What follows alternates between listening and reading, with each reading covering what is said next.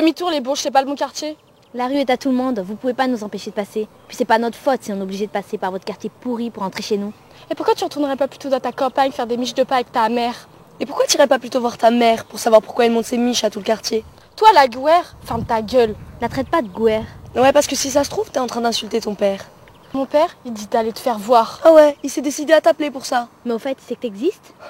Faudrait déjà que sa daronne sache avec qui elle l'a eu. Peut-être avec ton père, vu la tronche à ta mère, ça m'étonnerait pas qu'il soit parti voir ailleurs. Je crois pas, hein. Mon père, il bouffe pas de la viande bon marché. Traite pas ma mère de viande bon marché? Pourquoi elle a augmenté ses prix? Bah ouais, avec le passage à l'euro, tout coûte plus cher. Bah ouais, on est obligé de quitter sa grande maison à la campagne pour un petit pavillon à HLM. Je préfère mon petit pavillon à ton HLM des années 60.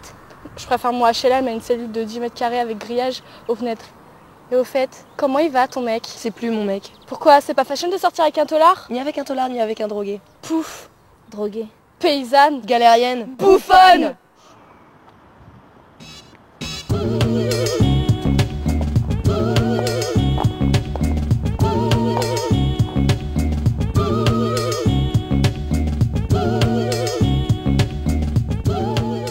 Alors raconte, comment ça se passe les cours à Sciences Po? Oh, les cours, ça va. C'est les gens qui font pitié. Entre les petites gamines avec leurs problèmes de petites blanches bourgeoises qui n'ont pas de problème, et tous ces abrutis qui me regardent comme si je sortais des quartiers chauds de New York. Oh, ça va, c'est la banlieue parisienne ici. C'est Parallèle. Comment ils savent que tu viens de la banlieue? Bah, je leur ai dit. Je savais pas, moi, que c'était un crime de vivre ici. C'est abusé, quand même. Ici, on me traite de bourge et là-bas, c'est à peine si on me trouve pas vulgaire. Bordel, c'est pas vulgaire. Tu dois être la première banlieusarde qu'il voit. Je t'assure. Et même la première Renoir. Il y a une bouffonne dans ma classe qui m'a dit que c'était hyper cool qu'il y ait une fille de couleur dans la classe. Non mais ça va, tu peux dire noir, c'est pas une insulte.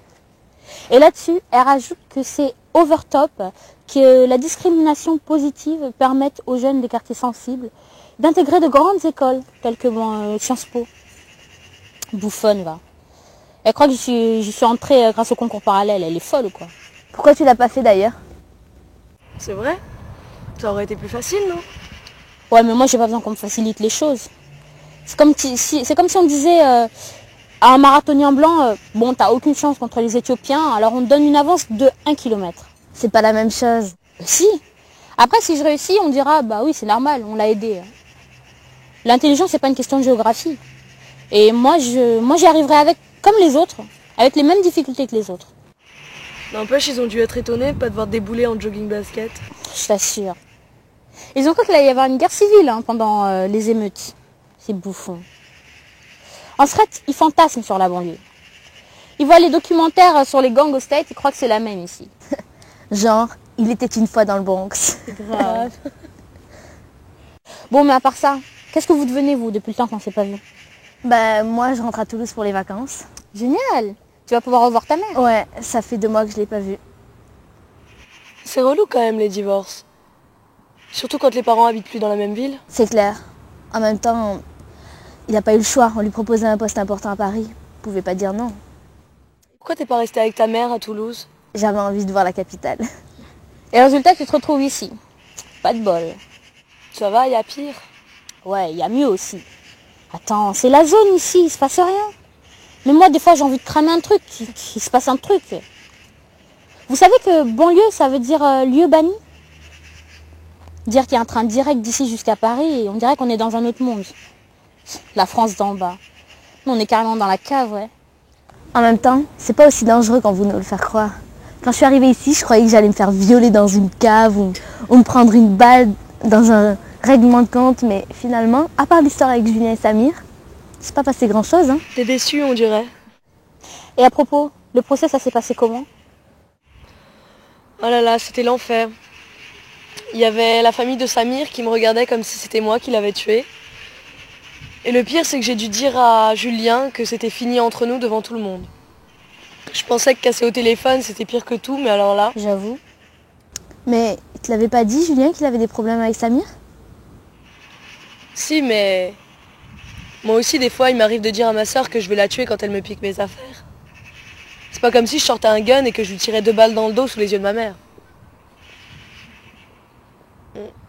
Je serais pas sortie avec lui si j'avais su, mais bon, il n'y avait pas marqué tueur sur son front. C'est clair. Personne n'aurait pu se douter qu'il irait aussi loin. Il était dans ma classe en seconde. Et il était sympa. Quand il était là. Même avec Fabrice, ils étaient potes.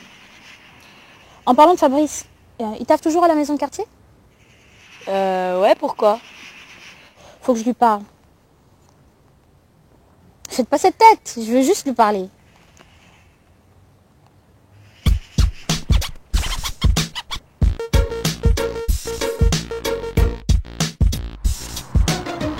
Purée, on se fait yesh, un truc de malade. Grave. Vas-y, viens, on va jouer à cache-cache avec les vigiles comme la dernière fois. Ouais, vas-y. Ah mais non! Je devais aller retrouver Fabrice à la maison de quartier. Ah. Bah vas-y, viens avec moi, tu vas pas rester ici à galérer toute seule. Non, je voudrais pas déranger les amoureux. Puis de toute façon, il fallait que j'aille voir Pierre. Tu devrais pas traîner avec ce mec, hein. Il a pas l'air net. T'inquiète, c'est juste un pote, je veux pas sortir avec. Même, il a l'air chelou. Si tu traînes avec, tu vas avoir des embrouilles. Je te dis de pas t'inquiéter. Je gère. Toi, tu vas voir ton gars et t'inquiète pas pour moi.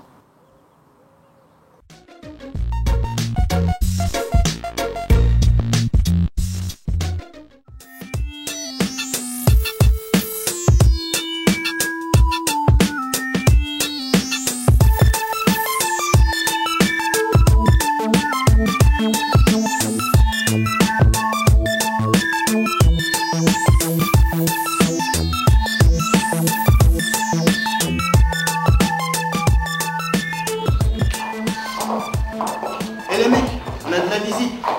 Salut les gars, ça va tranquille? Ça va toujours qu'on venait me voir. Wesh la parisienne, ça va? Alors comme ça tu veux plus nous voir. T'inquiète, je n'oublie pas de Julien. Je suis fidèle, moi. Ça va, beau gosse? Tranquille et toi? Tranquille. Tu t'as pas une minute là? Faudrait que je te parle. J'attends quelqu'un là. Non, en fait, ce que je voulais dire, c'est amène tes fesses par là-bas. Faut que je te parle, après. Bah s'il veut pas, je veux bien prendre sa place. Bon, de quoi tu veux me parler? Oh, du calme. Je te signale que c'est toi qui as cassé. Ouais, mais t'as pas essayé de me retenir. Bref. Je vis en paix, alors tu pourrais m'accueillir mieux que ça, non? Bon, désolé. Qu'est-ce que tu veux? Un sourire, pour commencer. Et ben voilà, c'est mieux, non?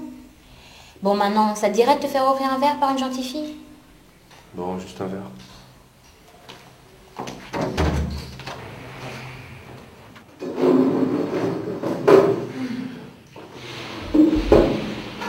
C'est reparti pour un tour on dirait. Tu crois qu'ils vont se remettre ensemble? Je sais pas. Ce qui est sûr c'est que Fabrice c'est pas le genre à se laisser dresser par une meuf. Peu importe la personne, mais si elle y arrive. Ah c'est sûr que c'est pas Aïcha qui peut lui parler comme ça. Tiens, quand on parle du loup, Salut les gars, vous avez pas vu Fabrice? On devait se retrouver ici. Bah il t'attendait, mais comme tu venais pas, il est parti. Et vous savez pas où il est parti? Non, mais on sait avec qui il est. Toi la paysanne, on t'a rien demandé, d'accord? Bon, il est parti dans quelle direction? Je te jure, on sait pas. Ouais, il est avec elle, c'est ça? Mais écoute, ça veut rien dire. Ouais, c'est ça, ouais.